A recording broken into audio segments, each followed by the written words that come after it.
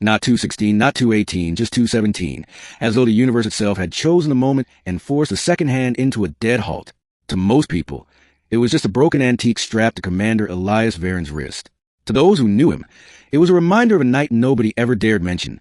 The massacre on Novus Outpost, 30 years ago, when half a mining colony was slaughtered by forces no one had ever identified. Elias had survived. That was enough to make him a legend among soldiers, though nobody wanted to hear the details. Nobody except for Cadet Marin Kor, who had been assigned as his communications officer on the long voyage to the Carina Expanse. Marin noticed the watch the first time. He removed his gloves in the mess hall. It was old, scratched, held together by cracked leather straps.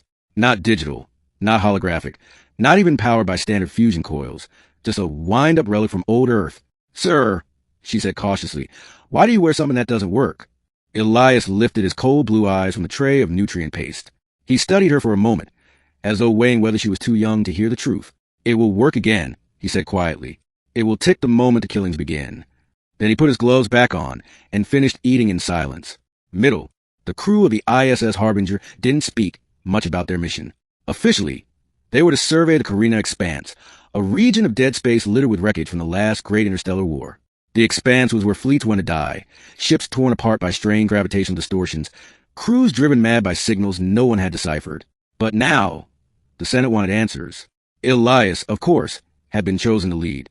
He had the reputation of surviving where others didn't. His men respected him. They feared him, too. Marin found herself increasingly fascinated by him. He wasn't cruel, but he carried an aura of inevitability, as though the galaxy bent itself around his choices. The watch gnawed at her curiosity, like a worm in wood. She began asking questions, first subtle, then direct. "Why did you say it runs when killings begin?" she asked him one evening in the observation deck, while stars spilled like silver rivers across the void. "Because it's a marker," he said after a pause. "It was given to me by a man who knew what would come. The watch ticks not because of gears or springs, but because of blood spilled." "That's impossible," she said. He turned to her, and his eyes did not blink. "Impossible things keep happening to me, Cadet." The first incident. 3 weeks into the Expanse, the Harbinger detected a distress signal. It came from the Dravik, a cargo ship lost for 20 years. Against the protests of half the officers, Elias ordered docking. When the crew entered the derelict, they found no bodies, only streaks of dried blood, strange carvings etched into walls, and the ship's logs wiped clean. As Marin followed behind Elias, she noticed his wrist. The watch was ticking. "Sir," she whispered, her stomach churning, "it's moving." He didn't answer. He only tightened his grip on his rifle. Hours later, in the ship's reactor bay, they found what was left of the crew. Not dead, changed, twisted into grotesque parodies of human form. Their spines bent like serpents, their mouths stretched into wide, permanent grins.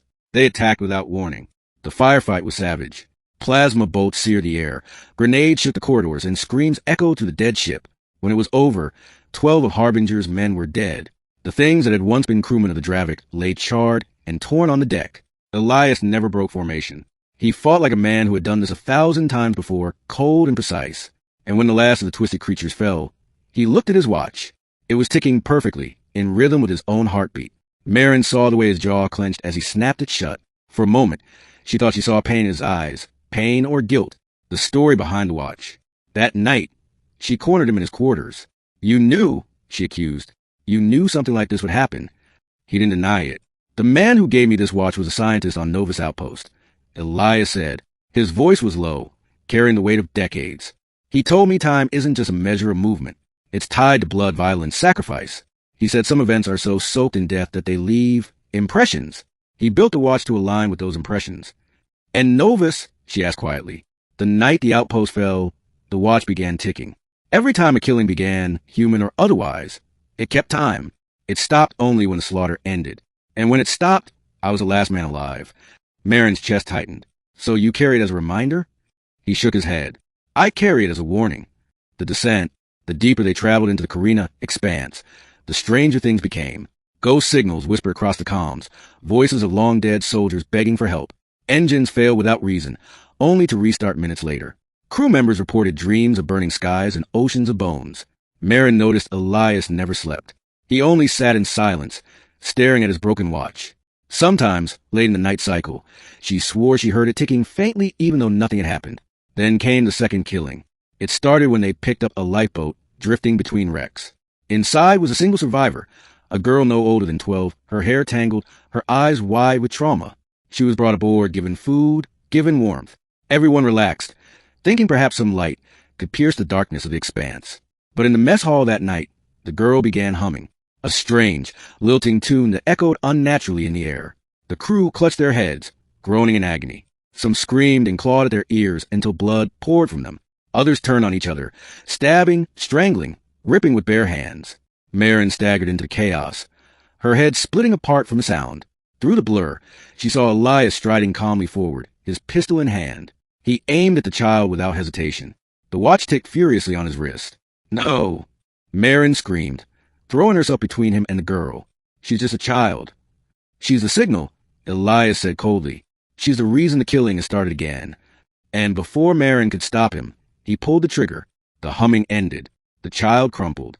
The mess hall fell silent, except for the ragged breathing of survivors. The watch slowed, its ticking fading until it was silent once more. Marin stared at him in horror. You didn't even try, she whispered. There was no time to try, he replied. When the watch ticks, mercy kills more than bullets. Revelation. The crew began to fracture after that. Some followed Elias faithfully, believing he alone could guide them out. Others whispered a mutiny. Marin found herself torn, both repulsed and compelled by him.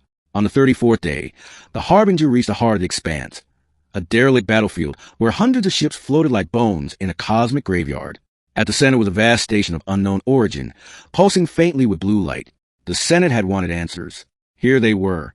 As the Harbinger drew closer, the station awoke. Beams of light lanced outward, carving through wreckage. Voices filled the comms, an overlapping choir of every crew that had ever died here, chanting words in a language no human had ever spoken. And the watch began to tick again. Marin grabbed Elias by the arm. What is it? What does it mean this time? He looked at her, his face grim but resolved. It means this is where it all ends. The final killing. Boarding the station was suicide, but Elias ordered it anyway. He claimed the watch had led him here, that the killings were not random but a chain of events guiding him towards something inevitable. The halls of the alien station twisted like a labyrinth. Lights flickered, shadows writhed. The crew fought not only creatures, half metal, half flesh, but also their own minds. Hallucinations tore through them, forcing them to relive their worst memories. Marin stayed close to Elias. She saw him move like a man fulfilling prophecy, never hesitating, never doubting. When soldiers fell screaming around them, he pressed on. When the air reeked of blood, he pressed on.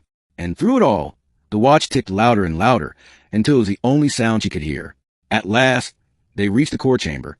Inside was not a weapon, not a control center, but a machine of flesh and time. A vast, pulsating heart of alien design, bound with human corpses, their faces frozen in eternal screams. The machine throbbed in rhythm with the ticking watch. Elias stepped forward. This is it, he said. The source of the killings. The machine feeds on slaughter. It warps space, lures ships, ensures death to keep itself alive. Then destroy it. Marin shouted. He looked at her with eyes full of sorrow. To destroy it, someone must take its place.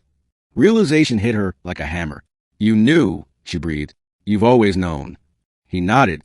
The man who gave me the watch told me it was not just a marker, it was a key, a tether. When the killings reached their peak, the one who bore will be bound to the machine forever. I carried it because no one else should. Marin shook her head violently. There has to be another way. But he was already walking into the core. The watch ticked faster, louder, until its sound filled the universe. Elias pressed his hand against the machine and the flesh writhed, wrapping around him. He did not resist. Marin, he called out, his voice echoing, already fading. Lead them home. Tell them. The killings have ended. The watch gave one final, deafening tick, then shattered into dust. The machine screamed, a sound of rending metal and tearing flesh, then collapsed into silence. The station began to crumble around them. Marin barely managed to drag the survivors back to the Harbinger as the station imploded. Its light snuffed out forever. Ending. Weeks later, back in Senate space, Marin stood before the council. She told them the truth, that Elias Varin had ended the killings, that he had sacrificed himself to silence the machine at the heart of the expanse. But she did not tell them about the watch. That was hers alone. Sometimes, late at night, she swore she could still hear it. A faint ticking, like a heartbeat. And though the killings had ended in the Carina expanse, she could not shake the fear that somewhere, someday, the watch would begin again.